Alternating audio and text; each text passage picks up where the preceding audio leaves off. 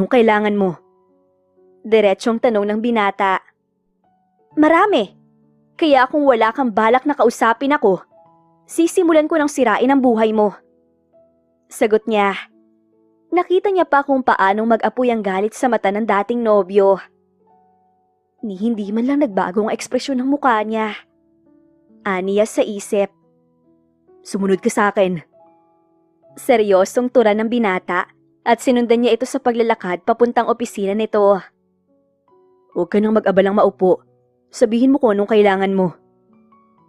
Kailangan ko ng pera para sa anak natin. Naglaro ang ngisi sa labi ni Norman, kaya lalo lang nakaramdam si Jenny ng iritasyon. Pera? Anong nangyari sa party girl na kilala ko? Naghihirap na ba ang asawa mo kaya balak mo akong gatasan? Lilinawin ko lang, alkalde ako at hindi financial supporter.